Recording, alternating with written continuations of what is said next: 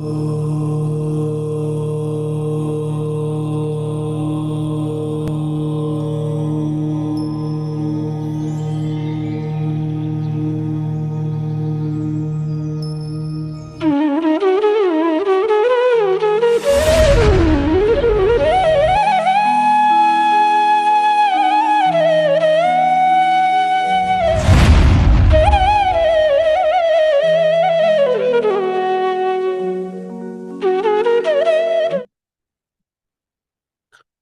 नमः सिद्धेभ्यः। ओम नमः सिद्धेभ्यः। ओम नमः सिद्धेभ्यः।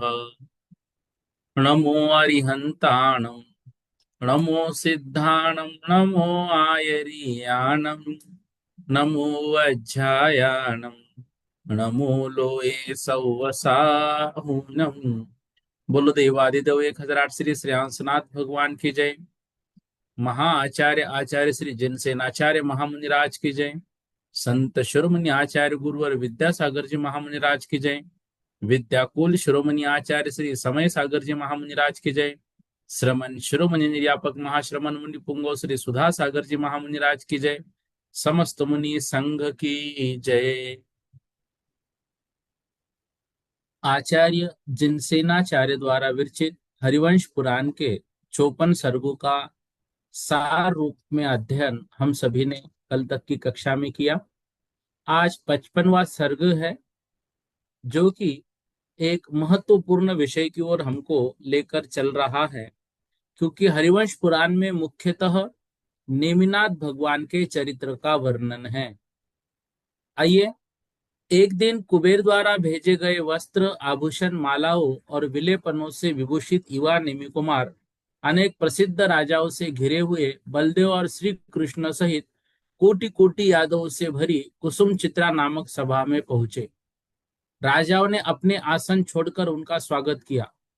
श्री कृष्ण ने भी आगे बढ़कर उनका आदर किया और दोनों एक ही सिंहासन पर बैठे, जिससे वह सिंहासन दो इंद्रों या दो सिंहों के समान अत्यंत शोभायमान हो गया। सभा में वीरों की शक्ति की चर्चा होने लगी। कोई अर्जुन की, कोई युधिष्ठिर की, कोई भीम की और कोई नकुल सहदेव की प्रशंसा करने लगा। कुछ लोगों ने बलदेव को सबसे बलवान बताया और कुछ ने गोवर्धन पर्वत उठाने वाले श्री कृष्ण को। यह सुनकर बलदेव ने नेमि कुमार की ओर संकेत कर कहा कि तीनों लोकों में इनके समान बलवान कोई नहीं है। ये अपनी हथेली से पृथ्वी को उठा सकते हैं, समुद्रों को उछाल सकते हैं और पर्वतों को कपा सकते हैं। कृष्ण ने मुस्कुराते हुए नेमि कुमार से कहा कि यदि ऐसा है तो उनके बल की परीक्षा होनी चाहिए। नेमि कुमार ने उत्तर दिया कि मल्ल युद्ध की आवश्यकता नहीं है।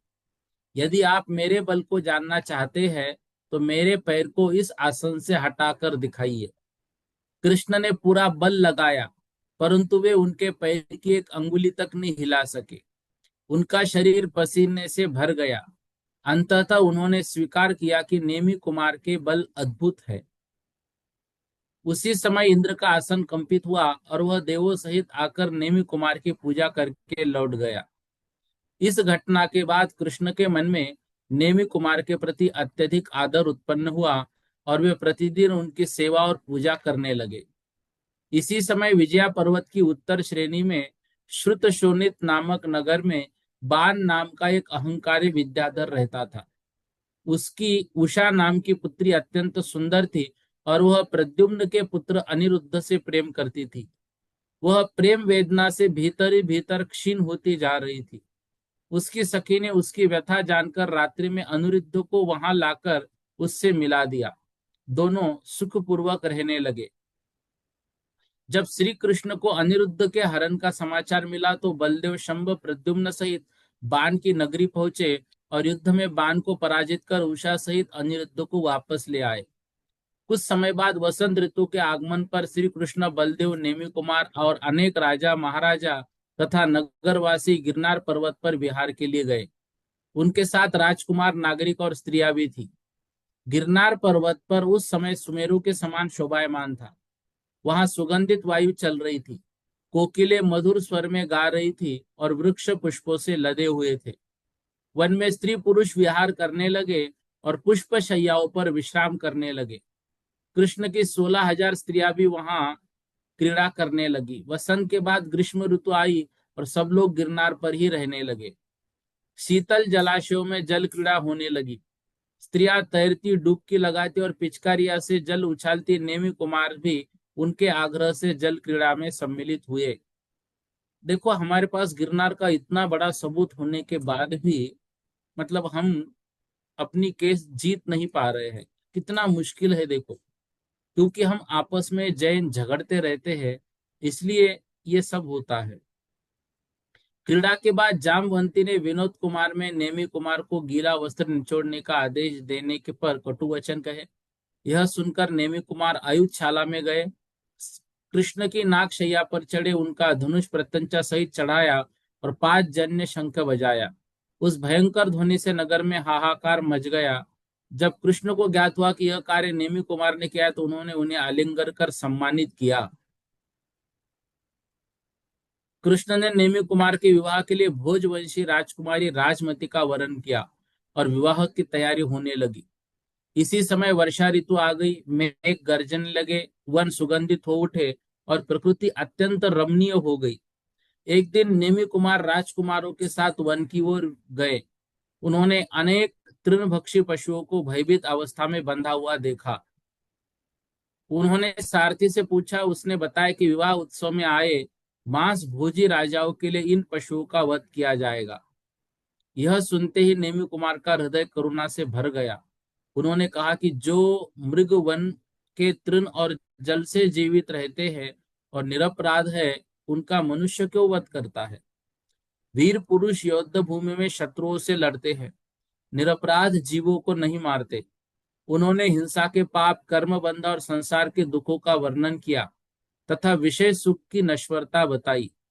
उन्होंने निश्चय किया कि वे विषय सुख त्याग कर तप और मोक्ष मार्ग को अपनाएंगे। उसी समय पंचम स्वर्ग से तुषित आदि लौकांतिक देव आए और उन्होंने निवेदन किया कि अब भरत क्षेत्र में तीर्थ प्रवर्तन का समय है। नेमी कुमार ने पशुओं को मुक्त कर दिया और नगर लौट आए।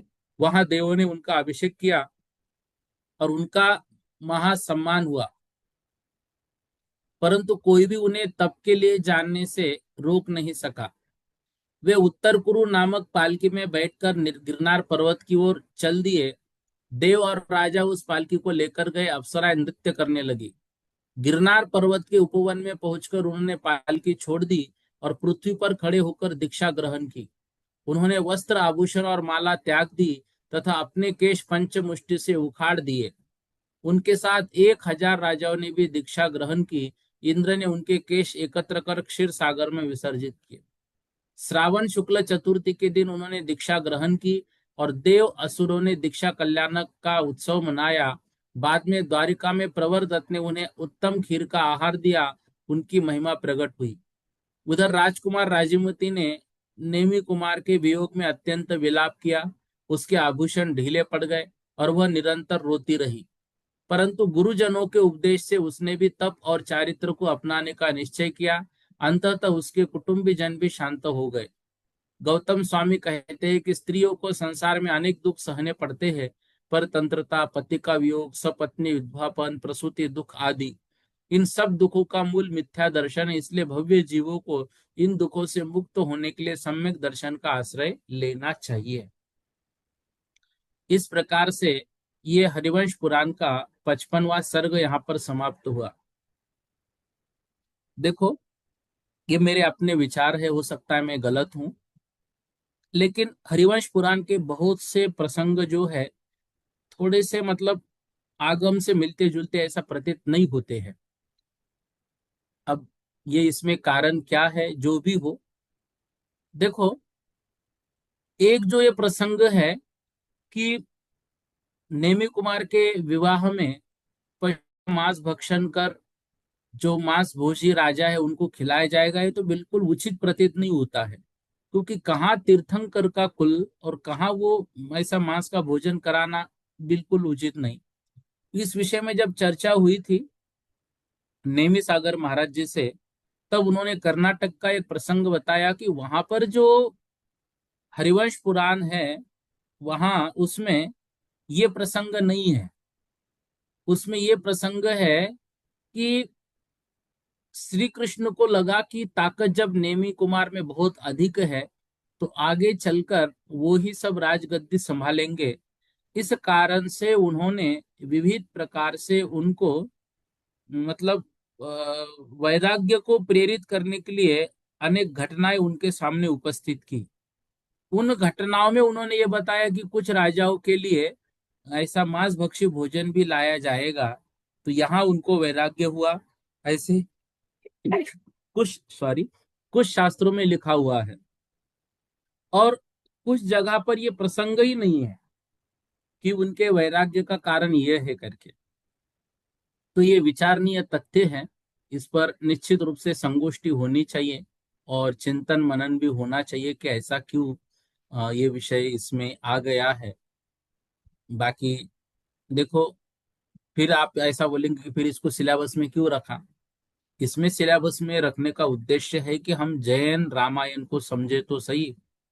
हम कहीं सूर्य के पुत्र को ही कर्ण ना मान बैठे कि सूर्य से कैसे पुत्र होगा।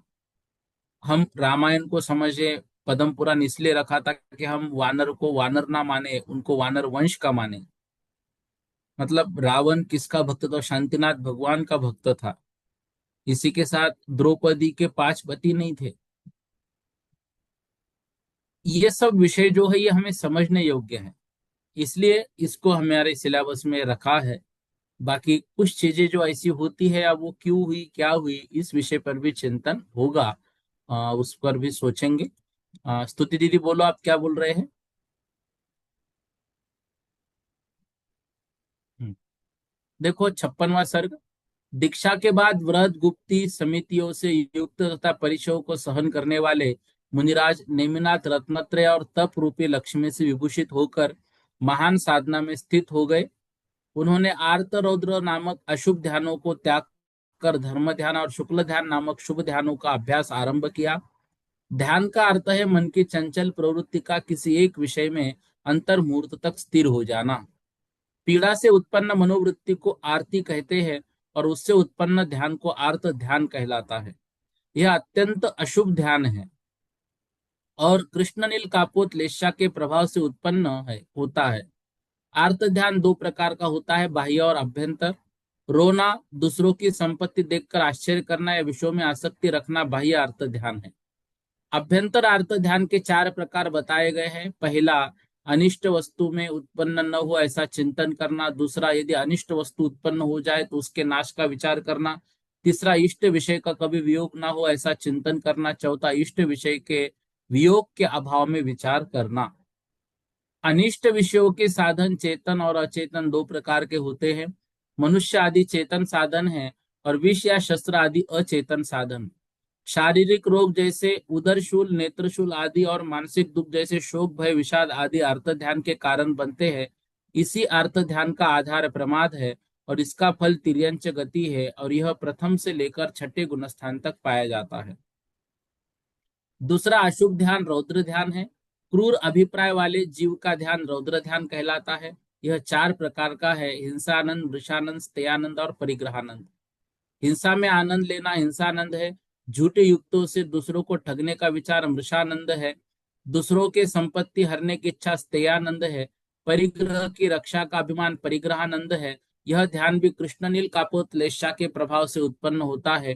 प्रमाद से संबंध रहता और 5वें गुण स्थान तक पाया जाता है। इसका फल नरक गति है। मोक्ष की इच्छा रखने वाले साधक इन दो अशुभ ध्यानों को त्याग कर धर्म ध्यान और शुक्ल ध्यान का अभ्यास करते हैं। जबकि साधक को शांत स्थान, उत्तम संहनन, अनुकूल काल, निर्मल भाव प्राप्त होते हैं, तब वह प्रशस्त ध्यान में प्रवृत्त होता है। ध्यान करते समय शरीर स्थिर रहता है, नेत्र अर्ध खुले होते हैं, श्वास मंद होती है और मन एकाग्र होकर नाभि, हृदय, ललाट या मस्तक में स्थित होता है। धर्म ध्यान का अर्थ है धर्म स्वरूप वस्तुओं का चिंतन। इसके 10 प्रकार बताए हैं। देखो, 4 तो हमने तत्वा सूत्र में पढ़े हैं, ये नया विषय है। अपाय विचय, उपाय विचय, जीव विचय, अजीव विचय, विपाक विचय, विराग विचय, भोग विचय, संस्थान विचय, आज्ञा विचय और हेतु विचय। अपाय विचय में संसार के कारण बने मन वचन काय की प्रवृत्ति का त्याग कैसे हो, इसका चिंतन। उपाय विचय में पुण्य रूप योगों के अपने अधीन करने का विचार। जीव विचय में जीव के स्वरूप का चिंतन। अजीव विषय में धर्म अधर्म आदि अजीव द्रव्यों का चिंतन, विपाक विषय में कर्मों के फल का चिंतन, विराग विषय में शरीर और भोगों की नश्वरता का विचार, भव विषय में जन्म मरण रूप संसार का चिंतन, संस्थान विषय में लोक के स्वरूप का विचार, आज्ञा विषय में जिनेन्द्र भगवान की आज्ञा का चिंतन और हेतु विषय में सम्यक मार्ग का तर्क संगत विचार किया जाता है। यह धर्म ध्यान स्वर्ग और मोक्ष का कारण है और सामान्य रूप से चौथे से सातवें गुणस्थान तक पाया जाता है। इसके बाद शुक्ल ध्यान आता है जो अत्यंत शुद्ध ध्यान है। यह दो प्रकार का है, शुक्ल और परम शुक्ल। शुक्ल ध्यान के दो भेद है, पृथक्त्व वितर्क विचार, एकत्व वितर्क विचार। परम शुक्ल ध्यान के भी दो भेद हैं, सूक्ष्म क्रिया प्रतिपाति और विपरीत क्रिया निवर्ती। पृथक्त्व विचार में मुनि विभिन्न द्रव्यों और पर्यायों का सूक्ष्म चिंतन करते हुए धीरे धीरे कर्मों का उपशम करता है। यह ध्यान उपशम श्रेणी और क्षपक श्रेणी में होता है। एकत्व विचार में मन के ही विषय स्थिर हो जाता है और उसके प्रभाव से मुनि घातिया कर्मों का नाश कर केवली बन जाता है। जब केवली भगवान की आयु थोड़ी शेष रह जाती है तब वे सूक्ष्म क्रिया प्रतिपाति नामक परम शुक्ल ध्यान में स्थित होकर योगों का क्षय करते हैं और अंत में विपरीत क्रिया निवर्ती ध्यान में स्थित होकर समस्त कर्मों का नाश कर देते हैं। तब अयोग केवली अवस्था में पहुंचकर आत्मा अग्निशिखा के समान ऊपर उठती हुई एक ही क्षण में लोक के शीर्ष पर स्थित सिद्धशिला में पहुंच जाती है। वह धर्मास्तिक काय के अभाव से वह आगे नहीं जाती और अनंत सुख का अनुभव करती हुई सिद्ध अवस्था में स्थित हो जाती है। यही मोक्ष है। कर्मों का क्षय क्रमशः गुणस्थानों के द्वारा होता है। मनुष्य सात्विक गुणस्थान से आगे बढ़कर क्षपक श्रेणी में प्रवेश करता है। अपूर्वकरण अनुवृत्तिकरण को पार कर और विभिन्न कर्म प्रकृतियों का नाश करता हुआ सूक्ष्म सांप्रदायिक क्षीण कषा और संयोग केवली अवस्था तक पहुंच जाता है। फिर अयोग केवली होकर शेष कर्मों का विनाश कर सकता है, अंततः सिद्ध हो जाता है। भगवान नेमिनाथ ने धर्म ध्यान के 10 प्रकारों का अभ्यास करते हुए 56 दिनों तक कठोर तप किया। इसके बाद अश्विन शुक्ल प्रतिपदा के दिन प्रातःकाल उन्होंने शुक्ल ध्यान रूपी अग्नि से 4 घातीय कर्मों को नाश कर केवल ज्ञान और केवल दर्शन सहित अनंत चतुष्टय को प्राप्त किया। केवल ज्ञान प्राप्त होती तीनों लोकों के इंद्रों ने सिंहासन कंपित हो उठे, देवों ने दुंदुभी बजाई, शंखनाद हुआ और देवताओं ने समझ लिया कि जिनेन्द्र भगवान को केवल ज्ञान प्राप्त हो गया है। तब तीन लोकों के इंद्र अपनी अपनी सेनाओं सहित गिरनार पर्वत पर पहुंचे और उसकी प्रदक्षिणा की। उस समय देवों ने मंदार आदि पुष्पों की वर्षा की, देवांगनाएं गान करने लगी, अनेक दिव्य चिन्ह प्रकट हुए, अशोक वृक्ष, श्वेत छत्र, चवर, भामंडल, स्वर्ण सिंहासन, दिव्य ध्वनि, इन 8 प्रातिहार्यों तथा जन्म दीक्षा और केवल ज्ञान से संबंध 34 अतिशयों से विभूषित होकर 22वें तीर्थंकर भगवान नेमिनाथ तीन लोक के कल्याण के लिए प्रकट हो गए। यहाँ पर समोसरण में जो दिव्य ध्वनि खिरेगी, अब जो है उसका वर्णन होगा। भगवान नेमिनाथ को केवल ज्ञान प्राप्त होने के बाद इंद्र की आज्ञा से देवताओं ने क्षण भर में तीन लोक के प्राणियों के लिए शरण स्थान रूप दिव्य समोसरण की रचना की। ये समोसरण शब्द भी हमें अच्छे से समझना है। देखो कैसा लिखा है, हम बोलते हैं समोशरण, शरण नहीं शरण, समोसरण। यह समाचार सुनकर बलदेव, श्री कृष्ण, यादव तथा भोज वंश के लोग और समस्त द्वारिका निवासी अत्यंत वैभव के साथ गिरनार पर्वत पर पहुंचे। वहां भीतर और बाहर जिनेन्द्र भगवान का समोसरण देखकर सब महान आश्चर्य में पड़ गए। समोसरण की भूमि स्वाभाविक भूमि से 1 हाथ ऊंची होती है। उसके ऊपर 1 हाथ की कल्पभूमि रहती है। यह चौकोर, सुखदायक और अत्यंत शोभायुक्त होती है। इसका विस्तार परिस्थितियों के अनुसार 1 योजन से लेकर 12 योजन तक होता है। इसका आकार कमल के समान होता है, जिसमें मध्य भाग कनिका के समान ऊंचा और बाह्य भाग कमल दल के समान विस्तृत होता है। यह इंद्रनील से निर्मित दर्पण के समान निर्मल और असंख्य जीवों को स्थान देने वाली होती है। समवसरण में प्रवेश से पहले मानांगन नाम का स्थान होता है, जहां इंद्र आदि देव दूर से ही भगवान की पूजा करते हैं। चारों दिशाओं में 2-2 कोस चौड़ी 4 महाविथियां होती है। इन विथियों के मध्य 4 मानस्तंभ स्थित होते हैं, जो सुवर्ण और रत्नों से बने होते हैं, तथा देव, असुर, मनुष्य सब उन्हें नमस्कार करते हैं। इन मानस स्तंभों के निकट कमलों से युक्त सरोवर और हंस, सारस तथा चपों के मधुर शब्दों के युक्त रमणीय वातावरण रहता है। इसके आगे वज्र से निर्मित एक कूट होता है, जिसके चारों ओर जल से भरी परिका रहती है। परिका का जल अत्यंत स्वच्छ होता है और स्वर्ण कमलों के पराग से पीत वर्ण दिखाई देता है। उसके आगे लता और पुष्पों से युक्त वन रहता है और उसके आगे स्वर्णमय कोट तथा 4 बड़े गोपुर स्थित रहते हैं। इन गोपुरों पर व्यंतर देव द्वारपाल रहते हैं जो अयोग्य व्यक्तियों को रोकते हैं। गोपुरों पर छत्र चवर और अष्टमंगल द्रव्य सदा सुशोभित रहते हैं। इनके आगे विथियों के दोनों ओर नाट्यशालाएं होती है जिनमें देव कन्याएं नृत्य करती रहती है। आगे चार प्रसिद्ध वन होते हैं। पूर्व में अशोक वन, दक्षिण में सप्तपर्ण वन, पश्चिम में चंपक वन और उत्तर में आम्र वन। इन वनों में अनेक वापिकाएं होती है जिनके तट रत्नों से निर्मित होते हैं और जिनमें विभिन्न नामों वाली वापिकाएं स्थित रहती है। वनों के बाद अनेक नृत्यशालाएं, ध्वजाओं की पंक्तियां, सुवर्णमय कोट, धूप घट, सिद्धार्थ वृक्ष, स्तूप और सभागृह क्रमशः स्थित होते हैं। इन स्थानों पर देव और मुनि धर्म कथाएं कहते हैं। अनेक प्रकार के दिव्य दृश्य दिखाई देते हैं। आगे विभिन्न प्रकार के स्तूप होते हैं जिनमें लोक की रचना, मध्य लोक, कल्पवासी देवों के विमान, ग्रैवेक लोक, सर्वार सिद्धि विमान तथा सिद्ध लोक आदि झांकी दिखाई देती है। इन सब के आगे एक विशाल जयांगन होता है जो अनेक चित्रों, भवनों और धर्मोपदेश से युक्त होता है। वहां इंद्रध्वज स्थापित रहता है। देव तथा मनुष्य उसे बड़े कौतुक से देखते हैं। आगे महोदय नाम का विशाल मंडप होता है जिसमें श्रुत देवता विराजमान रहती है और श्रुत केवली मुनि वहां धर्म का उपदेश देते हैं। उसके समीप अन्य मंडपों में धर्म कथाएं कही जाती है और मुनि इच्छुक जनों को ज्ञान प्रदान करते हैं। इन सबके भीतर एक दिव्य नगर भी प्रकट होता है जिसे गंधर की इच्छा से देवों ने बनाया। यह नगर अनेक नामों से और असंख्य रत्नों से निर्मित भवनों से सुशोभित होता है तथा त्रिलोक के श्रेष्ठ पदार्थों से युक्त होता है। इसकी रचना इतनी अद्भुत है कि स्वयं कुबेर भी पुनः बनाना चाहे तो भूल सकते हैं। इसके आगे तीन पीठ स्थित होते हैं। पहले पीठ पर धर्मचक्र, दूसरे पर महाध्वजा और तीसरे पर गंधकुटी नाम का प्रासाद होता है जिसमें भगवान का सिंहासन स्थित रहता है। उसी सिंहासन पर भगवान नेमिनाथ विराजमान होते हैं और देव, मनुष्य तथा असुर उनकी स्तुति करते हैं। उसी समय वरदत्त ने दीक्षा लेकर प्रथम गंधर्व पद प्राप्त किया और राजमती ने 6,000 रानियों के साथ दीक्षा लेकर आरिकाओं की प्रधानता प्राप्त की। भगवान ने चारों ओर भगवान के चारों ओर 12 सभा और 12 गण विराजमान होते हैं।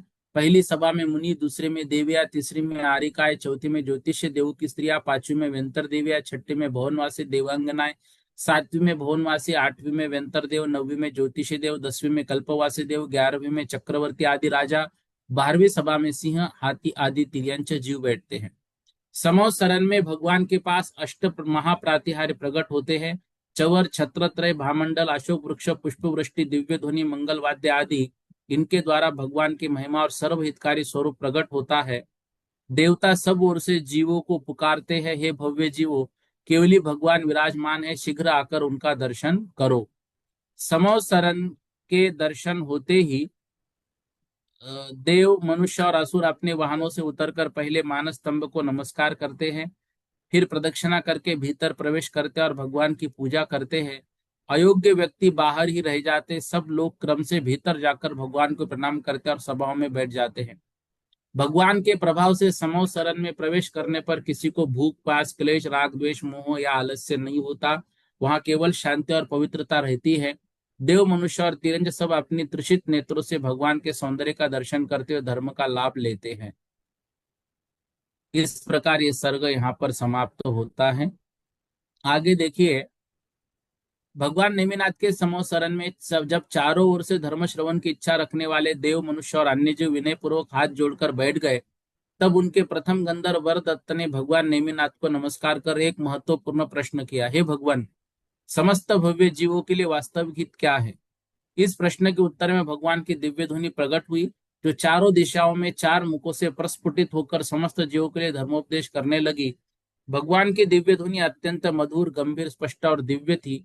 वह चार पुरुषार्थों को देने वाली, चार वर्ण और चार आश्रमों का आधार, चारों अनुयोगों की जननी, आक्षेपणी, विक्षेपणी, संवेदिनी और निर्वेदिनी, इन चार प्रकार की कथाओं का निरूपण करने वाली थी। वह जीवों को चार गतियों के बंधन से मुक्त करने वाली थी। उसमें एक से लेकर 9 तक अनेक तत्वों का निरूपण था। एक जीव का स्वरूप, दो द्रव्यों को विचिन्न रत्नत्रय, चार गति, कषाय, 5 अस्थिकाय, 6 द्रव्य, 7 तत्व, 8 कर्म और 9 पदार्थों का विस्तार पूर्वक प्रतिपादन उसमें समाहित था। भगवान की दिव्य ध्वनि का प्रभाव यह था कि वह एक योजन तक चारों ओर समान रूप से सुनाई देती थी और उसमें किसी प्रकार की हीन अधिकता नहीं होती थी। वह सभी पात्रों की क्षमता के अनुसार भिन्न भिन्न रूप में समझ में आती थी। जैसे एक ही वर्षा का जल पृथ्वी पर गिरकर विभिन्न रूपों में दिखाई देता है। उस दिव्य ध्वनि में जगत की वास्तविक स्थिति का निरूपण हुआ। भगवान ने बताया कि वह संसार अनादि है और आत्मा, परलोक, धर्म और अधर्म सभी का अस्तित्व है। जीव स्वयं कर्म करता है, स्वयं उसका फल भोगता है, स्वयं संसार में भ्रमण करता है और स्वयं ही उससे मुक्त भी होता है। अविद्या और राग के कारण जीव संसार में भटकता रहता है, परंतु विद्या और वैराग्य से शुद्ध होकर वह अपने शुद्ध स्वभाव में स्थित होकर सिद्ध पद प्राप्त करता है। भगवान ने मोक्ष का उपाय बताते हुए कहा कि मोक्ष का साधन सम्यक दर्शन, सम्यक ज्ञान और सम्यक चारित्र का समन्वय है। इन तीनों को मिलाकर ही वास्तविक मोक्ष मार्ग बनता है। सम्यक दर्शन का अर्थ जीव, अजीव, आश्रव, बंध, संवर, निर्जरा, मोक्ष, इन सात तत्वों को शुद्ध श्रद्धा रखना। सम्यक दर्शन, दर्शन मोहनीय कर्म के क्षय उपशम या क्षयोपशम से उत्पन्न होता है और यह निसर्गज और अधिकमज दो प्रकार का माना गया है। भगवान ने जीव के स्वरूप का निरूपण करते हुए कहा कि जीव का लक्षण उपयोग है, अर्थात ज्ञान और दर्शन की प्रवृत्ति। इच्छा, द्वेष, प्रयत्न, सुख और दुख आदि चैतन्य के लक्षण हैं। शरीर को जीव नहीं कहा जा सकता क्योंकि शरीर जड़ है, चैतन्य उससे पृथक द्रव्य है। यदि चैतन्य को केवल भौतिक तत्वों की उत्पत्ति माना जाए तो यह उस प्रकार से असंगत होगा जैसे बालू से तेल उत्पन्न होने की कल्पना। अतः आत्मा एक स्वतंत्र चेतन द्रव्य है जो ज्ञाता, दृष्टा, कर्ता और भोक्ता है। आत्मा का आकार शरीर के समान होता है, न वह परमाणु के समान छोटा और न आकाश के समान अनंत। यदि आत्मा अत्यंत छोटी या अत्यंत बड़ी मानी जाए तो अनुभव और तर्क दोनों से विरोध उत्पन्न होता है। जीव को 14 मार्गनाओं, गति, इंद्रिय, काय, योग, वेद, कषाय, ज्ञान, संयम, सम्यक्त्व, लेशा, दर्शन, संगित्व, भव्यत्व और आहार के आधार पर जाना जाता है तथा मिथ्या दृष्टि से लेकर अयोग केवली तक 14 गुणस्थान उसे आध्यात्मिक विकास के चरण हैं। भगवान ने ज्ञान की विभिन्न दृष्टियों को समझाते हुए नयवाद का वर्णन किया। वस्तु के अनेक रूपों में से किसी एक को ग्रहण करने वाला ज्ञान नय कहलाता है। उसके दो मूल भेद है, द्रव्यार्थिक नय और पर्यार्थिक नय। इनसे 7 नयों का विस्तार होता है: नैगम, संग्रह, व्यवहार, सूत्र, शब्द, समय, विरूढ़ और एवं भूत। प्रत्येक नए वस्तु के किसी विशेष पक्ष को ग्रहण करता है, सभी मिलकर वस्तु का सम्यक बोध कराते हैं। इसके बाद भगवान ने 6 द्रव्यों, जीव, पुद्गल, धर्म, अधर्म, आकाश, काल का निरूपण किया। धर्म द्रव्य गति निमित्त, अधर्म द्रव्य स्थिति, आकाश अवगाहन, पुद्गल पुरनगलन और काल परिवर्तन। काय, वचन और मन की क्रियाओं को योग कहा। योग कर्मों के आश्रव का कारण बनता है। आश्रव 5 इंद्रिया, 4 कषाय, 5 अवरत, 25 प्रकार की क्रियाएं। इन्हीं के कारण जीव कर्मों का प्रवाह होता है। आश्रव जीवादिकरण और अजीवादिकरण 2 प्रकार का, इनके अनेक भेद है। भगवान ने 8 प्रकार के कर्मों का भी वर्णन किया है। ये कर्म जीव के ज्ञान, दर्शन, सुख, दुख, श्रद्धा, जन्म, रूप, कुल, शक्ति आदि को प्रभावित करते हैं। कर्मों का बंध 4 प्रकार का होता है: प्रकृति, स्थिति, अनुभाग, प्रदेश। कर्मों के निर्जरा 2 प्रकार से: विपाक से और तप से। समय आने पर फल देकर कर्म का निष्ठा नष्ट होना विपाकज निर्जरा है, और तप के द्वारा समय से पूर्व कर्म का क्षय करना अविपाक निर्जरा है। आश्रव के रुक जाने को संवर कहा गया है। यह 3 गुप्तियां, 5 समितियों, 10 धर्म और 12 अनुप्रेक्षाओं, 5 चारित्र और 22 परिचय जय द्वारा होती है। जब समस्त कर्मों का पूर्ण क्षय हो जाता है तब आत्मा को मोक्ष प्राप्ति होती है। भगवान के इस विस्तृत धर्मोपदेश को सुनकर सभा में उपस्थित लोगों पर गहरा प्रभाव पड़ा। अनेक श्रोताओं ने सम्यक दर्शन प्राप्त किया, कई ने आंशिक संयम स्वीकार किया और अनेक लोगों ने पूर्ण मुनि दीक्षा ग्रहण की। उसी समय 2000 राजाओं, 2000 कन्याओं, 1000 रानियों ने संयम ग्रहण किया। शिवा देवी, रोहिणी, देवकी, रुक्मिणी आदि ने श्रावक धर्म स्वीकार किया। यदुवंश और भोजवंश के अनेक राजा और स्त्रियां 12 अनुव्रतों को धारण करके धारक बन गई। इंद्र, बलदेव, श्री कृष्ण तथा अन्य यादव नेमिनाथ की पूजा करके उन्हें प्रणाम किया, अपने अपने स्थानों को लौट गए। उस समय शरद ऋतु के आगमन से आकाश निर्मल और सुगंधित पुष्पों से युक्त हो उठा, मानो प्रकृति स्वयं भगवान के चरणों में अर्पित कर रही हो। अब इसके आगे देखो, ये समोसरन का दिव्य ध्वनि का वर्णन किया। भगवान नेमिनाथ के केवल ज्ञान के पश्चात जब वे भव्य जीवों के कल्याण के लिए विहार करने हेतु गिरनार पर्वत के शिखर के नीचे उतरने के लिए उद्यत हुए, तब देव और लोकपालों ने अत्यंत भव्य और अलौकिक व्यवस्था की। कुबेर ने घोषणा करवाई कि जिस याचक को जिस वस्तु की इच्छा हो वह यहाँ आकर उसे प्राप्त करे। उसी समय देवों ने एक ऐसी दिव्य मणिमय भूमि का निर्माण किया जो कामदेव के समान इच्छित पदार्थों को देने वाली थी। भगवान के लोक हितकारी विहार के अवसर पर चारों महाभूत पृथ्वी, जल, अग्नि और वायु भी जीवों की हितकारी हो गए। आकाश से धन की धाराएं वर्षा ऋतु में मेघों की जलधारा की भांति बरसने लगी और देवगण अपने ज्योति से दिशाओं को आलोकित करते उपस्थित हुए। देवों ने भगवान के लिए एक दिव्य सहस्त्रदल कमल की रचना की, जिसे पद्मयान कहा गया। वह पद्मराग मणियों से निर्मित नाना रत्नों से अलंकृत एक योजन विस्तृत और अत्यंत मनोहर था। उसके प्रत्येक पत्र पर लक्ष्मी का वैभव प्रकट हो रहा था। वह देवों और मनुष्य तथा नागों के नेत्र रूपी भ्रमरों के लिए मानो मधुग्रह के समान आकर्षक था। उस पद्मयान के आगे इंद्र के साथ 8 वसु चल रहे थे, जो भगवान को प्रणाम करते उनके लोक हितकारी विहार की घोषणा कर रहे थे। इसके पश्चात भगवान नेमिनाथ ने उस पद्मयान पर आरूढ़ हुए। उस पर पृथ्वी हर्ष से पुलकित होती प्रतीत हुई। जब भगवान का विहार आरंभ हुआ तब देव दुंदुभियों की ध्वनि आकाश में गूंज उठी। वीणा, बांसुरी, मृदंग, शंख और काहल जैसे वाद्यों का मंगलमय नाद समुद्र की गर्जना को भी परास्त कर रहा था। किन्नरी आकाश में मधुर गान कर रही थी, अप्सराएं नृत्य कर रही थी और गंधर्व वाद्य बजा रहे थे। मनुष्य, देव और असुर सभी हाथ जोड़कर भगवान की स्तुति करते हुए जय जयकार कर रहे थे।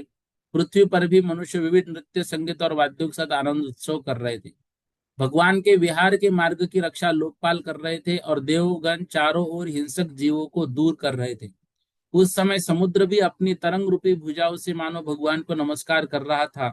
देवों के करोड़ों मुकुटों का तेज बार बार झुकता और उठता हुआ ऐसा प्रतीत होता था मानो हजारों सूर्य एक साथ उदित और अस्त हो रहे हो। उन मुकुटों से पृथ्वी से स्पर्श करने पर भूमि मानो करोड़ों कमलों की अर्पणा से सुशोभित हो उठती थी।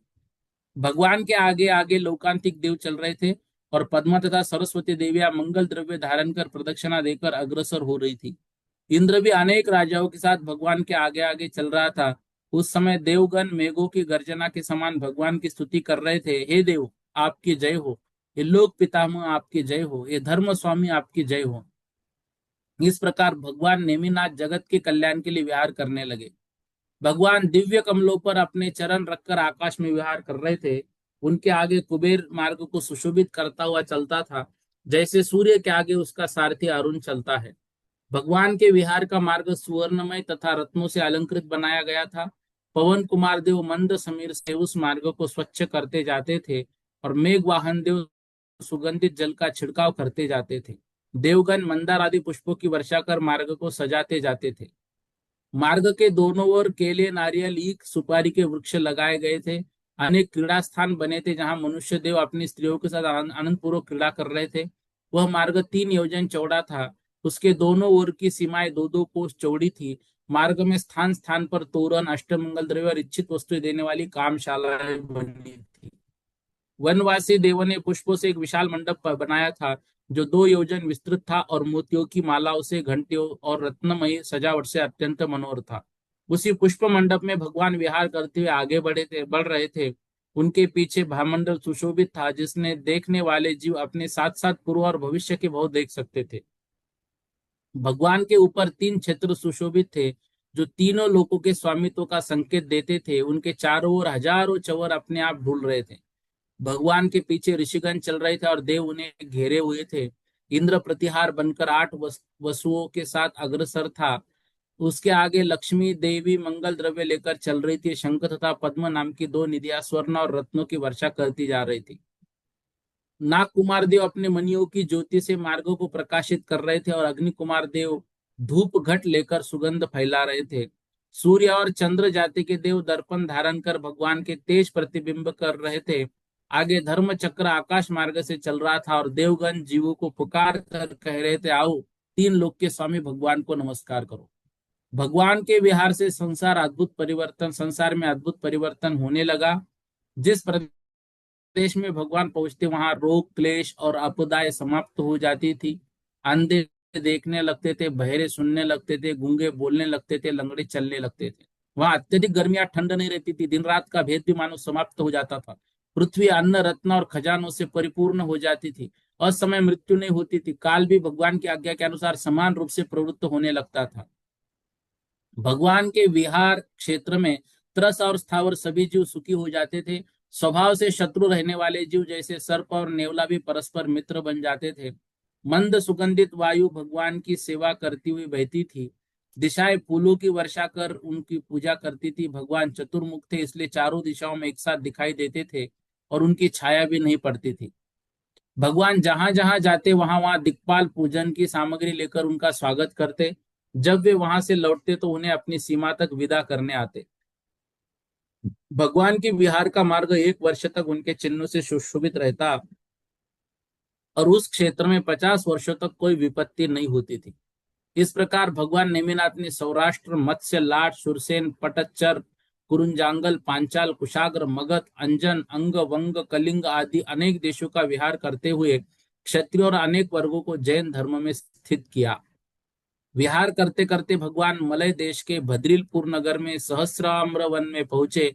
वहां भी देवों ने समोसरण की रचना की और भगवान गंधर्वों से वेष्टित होकर विराजमान हुए। उसी नगर के राजा पौंड नगरवासियों के साथ समोसरण में आए और भगवान को नमस्कार कर मनुष्यों के मंडप में बैठ गए। उसी समय देवकी के 6 पुत्र जो सुदृष्टि सेठ अलका सेठानी के यहाँ रहते थे, अपनी अपनी 32 पत्नियों के साथ समोसरण में आए। भगवान के उपदेश को सुनकर वे 6 भाई संसार से विरक्त हो गए। अपने परिजनों को सूचित कर भगवान के चरणों में दीक्षा लेकर निर्ग्रंथ मुनि बन गए। उन्होंने द्वादशांग श्रुत का अध्ययन कर कठोर तप किया और उनके उपवास, धारणाएं, पारनाएं तथा योग आदि साधना एक साथ ही होती थी। वे चरम शरीरी मुनि अत्यंत तेजस्वी बन गए और बाह्य तथा अभ्यंतर तप में एक दूसरे के समान महान सिद्ध हुए। इसके पश्चात भगवान पुनः विहार करते उज्जैनगिरी गिरनार पर्वत पर पहुंचे। वहां समोसरन से पर्वत को सुशोभित किया। इंद्र, कृष्ण, द्वारिका के यादव नागरिक उनकी सेवा कर रहे थे। उस समोसरन में वरदत्त आदि 11 गंधर्व, 400 पूर्वधारी मुनि, 1800 शिक्षक, 1500 औदिक ज्ञानी, 1500 केवल ज्ञानी, 900 मनपरे ज्ञानी, 800 वादी और 1100 विक्रिया रिद्धिधारी मुनि उपस्थित थे। राजमती के साथ 40,000 आरिकाएं, 1,69,000 श्रावक और 3,36,000 श्राविकाएं भी वहां विद्यमान थी। भगवान नेमिनाथ ने अपने दिव्य ध्वनि से धर्म रूपी अमृत की वर्षा कर भव्य जीवों को तृप्त करते रहे। इस प्रकार ये भगवान नेमिनाथ के गिरनार पर्वत पर विराजमान होने के समस्त भव्य जीवों को हृदय कमल प्रस्फुटित हो उठे और उनका कल्याण हो गया।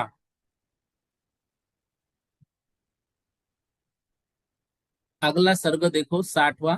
धर्म कथा के समाप्त होने पर विनम्रता से युक्त देवकी ने भगवान नेमिनाथ को नमस्कार कर एक जिज्ञासा प्रकट की। उसने कहा कि उसके घर में आज 2 अत्यंत सुंदर मुनियों का युगल 3 बार आया और 3 बार आहार ग्रहण किया, परंतु सामान्यतः मुनि एक समय में केवल एक बार ही आहार लेते हैं। इसलिए उसे आश्चर्य हुआ कि ऐसा क्यों हुआ।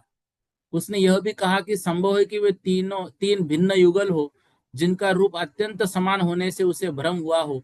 फिर भी उसके उन सबके प्रति पुत्रवत स्नेह उत्पन्न हुआ था। भगवान नेमिनाथ ने बताया, वो 6 मुनि वास्तव में देवकी के ही पुत्र है। कृष्ण के जन्म से पहले देवकी ने 3 युगलों के रूप में इन्हें जन्म दिया था। देवताओं ने कंस से उनकी रक्षा की और उन्हें भद्रिलपुर में सुदृष्टि सेठ और अलका सेठानी के यहाँ पालन पोषण हेतु पहुंचा दिया। बाद में उन्होंने धर्म श्रवण कर भगवान नेमिनाथ की शिष्यता ग्रहण की, मुनि बन गए और इस जन्म में कर्म क्षय कर सिद्धि प्राप्त करेंगे। देवकी का उनके प्रति जो स्नेह उत्पन्न हुआ स्वाभाविक मातृ स्नेह था। इस पर देवकी ने प्रसन्न होकर उन मुनियों को प्रणाम किया और कृष्ण सहित समस्त यादवों ने उनकी स्तुति की। इसके बाद कृष्ण की पट्ट रानी सत्यभामा ने भगवान से अपने पूर्व भव के विषय में प्रश्न किया। भगवान ने बताया कि पहले भद्रिलपुर में मुंडशलायन नामक ब्राह्मण रहता था, जो मरीचि ब्राह्मण और कपिला ब्राह्मणी का पुत्र था। वह काव्य में निपुण होने पर भी अहंकारी था। जब पुष्पदंत जिनेन्द्र के तीर्थ में धर्म का अभाव हो गया, तब उसने पाप कारक दान की प्रवृत्ति चलाई और लोगों को भ्रमित कर अधर्म में प्रवृत्त किया। इस पाप के कारण वो 7वें नरक में गया। वहां से निकलकर अनेक तिर्यंच और नारकीय योनियों में भटकता रहा। वह अंततः गंधमादन पर्वत पर पर्वतक नामक भील हुआ। वहां चारों ऋतुधारी मुनियों के दर्शन से उसके परिणाम शांत हुए। उसने उपवास कर मृत्यु प्राप्त की। इसके बाद वह अलका नगरी में महाबल विद्याधर के यहाँ हरिवाहन नाम से जन्मा। आगे चलकर उसने दीक्षा लेकर सल्लेखना धारण की और ईशान स्वर्ग में देव हुआ। वहां से च्युत होकर वह राजा सुकेतु की रानी स्वयं प्रभा के गर्भ से सत्यभामा बनी। भगवान ने बताया कि जन्म में तप कर वह उत्तम देव बनेगी, फिर मोक्ष प्राप्त करेगी। सुनकर सत्यभामा अत्यंत प्रसन्न हुई। इसके बाद रुक्मिणी ने अपने पूर्व बहु पूछे। भगवान ने बताया कि पहले वो लक्ष्मीमती नामक ब्राह्मणी थी, जो रूप के अभिमान में डूबी थी। एक बार समाधि गुप्त मुनि को देखकर उसने उनकी निंदा की। इसके परिणाम स्वरूप वह भयंकर कुष्ठ से पीड़ित होकर मर गई। क्रमशः गधी, कुत्ती आदि योनियों में जन्म लेती रही।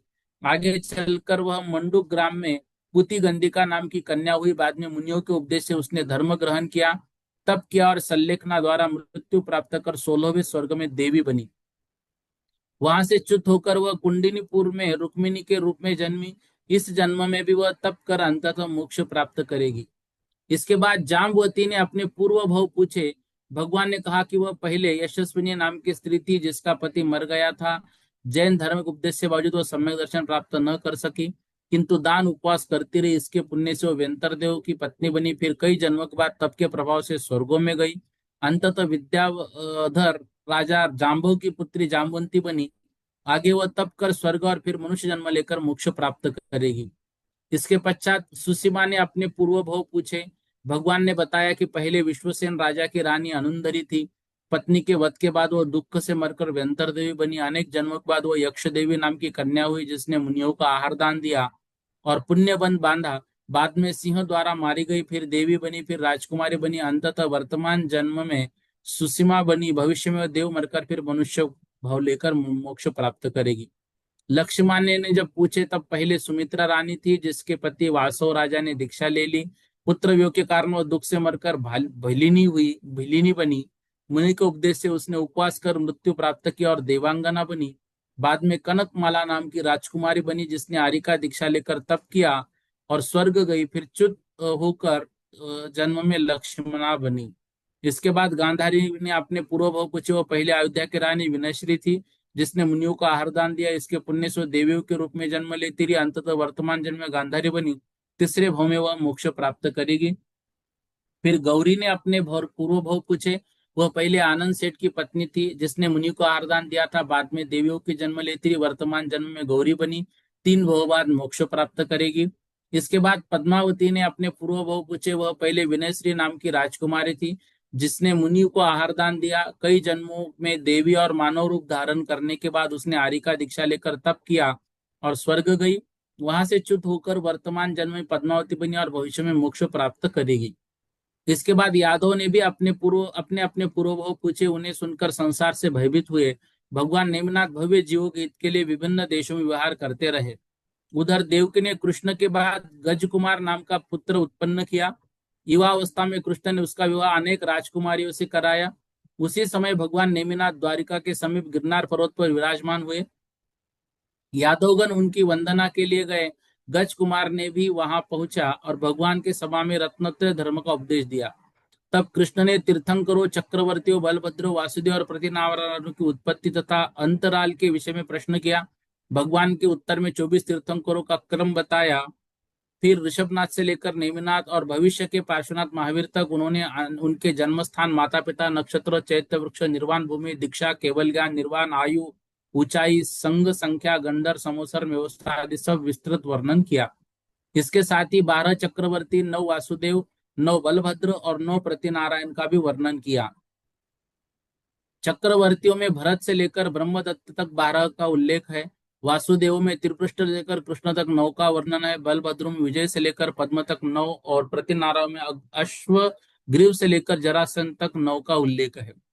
भगवान ने आगे तीर्थंकरों की ऊंचाई, आयु, कुमार काल, संयम काल, केवल ज्ञान काल, गंधर संख्या, संघ की संख्या, आरिकाओं, श्रावकों, शायुकाओं की संख्या, मोक्षगामी शिष्यों की संख्या आदि का अत्यंत विस्तृत विवरण दिया। उन्होंने यह भी बताया कि भगवान महावीर के मोक्ष के बाद केवलियों, पूर्वधारियों और अंगधारियों का क्रम कैसे रहेगा तथा जैन धर्म का तीर्थकाल कितना होगा। अंत में भगवान ने भविष्य के उत्सर्पिणी काल में होने वाले 14 कुलकरों, 24 भविष्य तीर्थंकरों, 12 चक्रवर्तियों, 9 नारायण और 9 बलभद्रों, 9 प्रतिनारायण और 11 रुद्रों का भी वर्णन किया। भगवान नेमिनाथ के त्रिकाल विषयक दिव्य ध्वनि सुनकर कृष्ण, यादवगण, देव और इंद्र सभी धर्म तत्वों को ग्रहण किया, भगवान को नमस्कार किया और अपने अपने स्थान पर चले गए।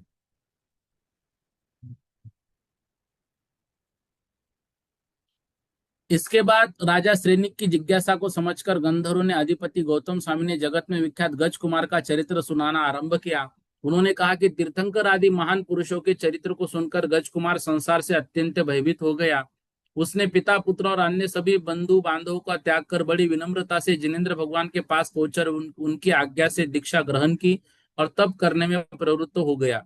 जिन कन्याओं के साथ उसका विवाह निश्चित हुआ था, जैसे प्रभावती आदि, वे सभी संसार से विरक्त होकर दीक्षा ग्रहण कर तप मार्ग में प्रवृत्त हो गई। एक दिन रात्रि के समय गज कुमार मुनि एकांत में प्रतिमा योग धारण कर ध्यान में स्थित थे और सभी प्रकार की बाधाओं को सहन कर रहे थे। उस समय सोम शर्मा अपनी पुत्री के त्याग से उत्पन्न क्रोध से जलता हुआ वहां पहुंचा। वह क्रोधाग्नि से दग्ध होकर स्थिर चित्त मुनिराज के सिर पर प्रज्वलित अग्नि जलाने लगा। उस अग्नि से गज कुमार का शरीर जलने लगा, परंतु उसी अवस्था में वे शुक्ल ध्यान में स्थित रहे और कर्म का क्षय कर अंतकृत केवली होकर मोक्ष को प्राप्त हो गए। उनके शरीर की यक्ष किन्नर गंधर्व महारोग आदि देव असुरों ने आकर पूजा की। गज कुमार मुनि के इस प्रकार देहांत होने का समाचार सुनकर बहुत से यादव दुखी हो गए। वसुदेव को छोड़कर समुद्र विजय आदि दशार कुल के अनेक लोग मोक्ष की इच्छा से दीक्षित हो गए। शिवा आदि देवियों, देवकिया और रोहिणी को छोड़कर वसुदेव के अन्य स्त्रियों ने, कृष्ण की पुत्रियों ने भी दीक्षा धारण कर ली। इसके बाद देव और मनुष्य द्वारा पूजित भगवान नेमिनाथ भव्य योग उपदेश देते हुए अनेक देशों में व्यवहार करते रहे। उन्होंने उत्तर दिशा, मध्य देश, पूर्व दिशा और अनेक बड़े बड़े राजाओं और प्रजाजनों को धर्म में स्थिर किया। लंबे समय तक विहार करने के पश्चात वे पुनः रेवतक अर्थात गिरनार पर्वत पर आ गए। समो शरण में विराजमान हुए। वहां प्रबल तेज वाले इंद्र आए, भगवान को नमस्कार और स्तुति कर अपने स्थान पर बैठ गए। इसके बाद वसुदेव, बलदेव और कृष्ण अपनी रानियों, मित्रों, द्वारिका की प्रजा तथा प्रद्युम्न आदि पुत्रों सहित अत्यंत वैभव के साथ आए। उन्होंने भगवान नेमिनाथ को नमस्कार किया, समूह शरण में बैठकर धर्म कथा सुनने लगे। धर्म कथा समाप्त होने पर बलदेव ने हाथ जोड़कर भगवान से प्रश्न किया कि यह द्वारिकापुरी कुबेर द्वारा निर्मित है, अतः इसका अंत कब और किस प्रकार होगा? क्या यह स्वयं समुद्र में डूब जाएगी, किसी अन्य कारण से नष्ट होगी? कृष्ण के अंतकाल में कौन निमित्त बनेगा? स्वयं बलदेव को संयम कब प्राप्त होगा, क्योंकि उनका मन कृष्ण के प्रति अत्यधिक स्नेह से बंधा हुआ है? भगवान नेमिनाथ ने उत्तर दिया कि यह नगरी 12वें वर्ष में मदिरा के निमित्त से द्वैपायन मुनि के क्रोध से भस्म होगी।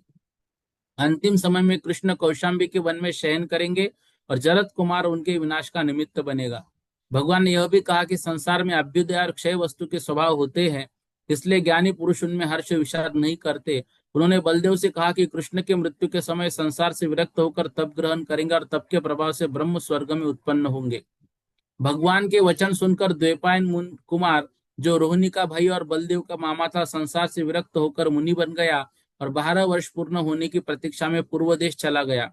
वहां तप करने लगा। इस प्रकार यह जानकर कि कृष्ण की मृत्यु का निमित्त वही बनेगा, जरत कुमार भी अत्यंत दुखी हुआ और भाई बंधुओं को छोड़कर कहीं दूर चला गया ताकि कृष्ण के दर्शन भी न हो। उधर कृष्ण और बलदेव ने नगर में घोषणा करवा दी कि मदिरा बनाने के सभी साधन नष्ट कर दिए जाए।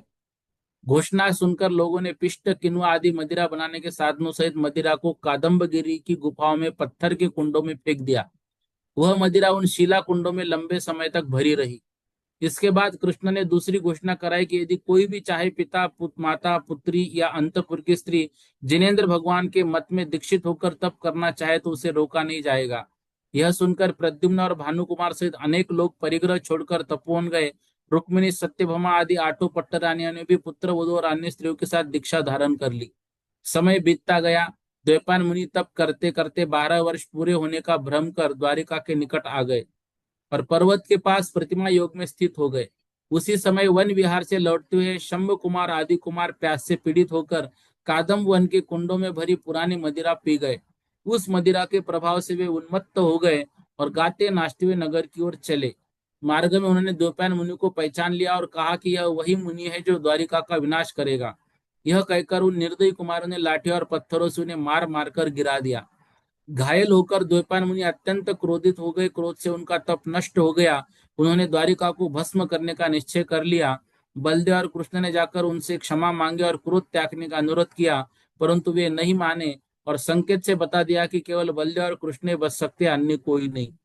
कुछ समय बाद द्वैपायन मुनि मरकर अग्नि कुमार नामक मिथ्या दृष्टि भवनवासी देव बने। वहां उन्होंने अपने साथ हुए अपकार का स्मरण कर रौद्र ध्यान किया। क्रोध से भरकर द्वारिका को जलाने के लिए आप पहुंचे और नगर के भयंकर उत्पात होने लगे। अंततः उस क्रोधी देव ने पूरी नगरी को अग्नि से जलाना शुरू कर दिया। स्त्री, बालक, वृद्ध, पशु पक्षी सब अग्नि में जलने लगे। भयानक चित्कार पृथ्वी गूंज उठी। बलदेव ने अपने हल से समुद्र का जल खींचकर आग बुझाने का प्रयास किया, परंतु वह जल के तेल के समान बन गया। अग्नि और अधिक भड़क उठी। तब दोनों भाइयों ने माता पिता और कुछ लोगों को रथ में बिठाकर निकलने का प्रयास किया, परंतु रथ के पहिए पृथ्वी में धंस गया और अग्निदेव ने नगर के द्वार भी बंद कर दिए। अंततः माता पिता के आग्रह पर बलदेव और कृष्ण दुखी होकर नगर से बाहर निकल गए। द्वारिका की अग्नि में बहुत से यादव और उनकी स्त्रियों ने संयम धारण किया और समाधि मरण किया। स्वर्ग को प्राप्त हुए अनेक चरम शरीर यादवों ने भी वही संयम लेकर धर्म ध्यान किया। सम्यक दृष्टि जीवों के लिए उपसर्ग भी अर्थ ध्यान का कारण नहीं बनते, सिद्धांत यहाँ स्पष्ट हुआ। गौतम स्वामी ने अंत में उपदेश दिया कि क्रोध अत्यंत घातक है। यह धर्म, अर्थ, काम और मोक्ष चारों पुरुषार्थों का शत्रु है। द्वैपायन का तब भी क्रोध का कारण नष्ट हो गया और वह स्वयं तथा अन्य सबके विनाश का कारण बना, जो दूसरों को हानि पहुंचाता है। वो वास्तव में अपनी अनंत जन्मों का हित करता है, इसलिए क्षमा को धारण करना ही श्रेष्ठ है। अंत में गौतम स्वामी कहते हैं कि क्रोध से अंधे द्वैपायन ने जिनेंद्र भगवान के वचनों की अवहेलना कर स्त्री, बालक, वृद्ध और पशुओं की भरी भव्य द्वारका नगरी को 6 मास में भस्म कर दिया। इस प्रकार क्रोध के कारण स्वयं और दूसरों का विनाश होता है, इसलिए ऐसे क्रोध को धिक्कार है। ऐसे द्वारिका नगरी का वर्णन यहाँ पर पूर्ण हुआ। अब जिनके प्रश्न है उनसे निवेदन है, आप अपने प्रश्न व्हाट्सएप पर भेज दीजिए तुरंत ही, तो मैं उसके उत्तर आपको भेज दूंगा। इतना आज कर लेते। बोधि समाधि परिणाम विशुद्धि स्वात्मोपलब्धि शोषोक के सिद्धि चिंतामणिम चिंतित वस्तुदानिम त्वामंदे मानस्य ममास्तु देवी।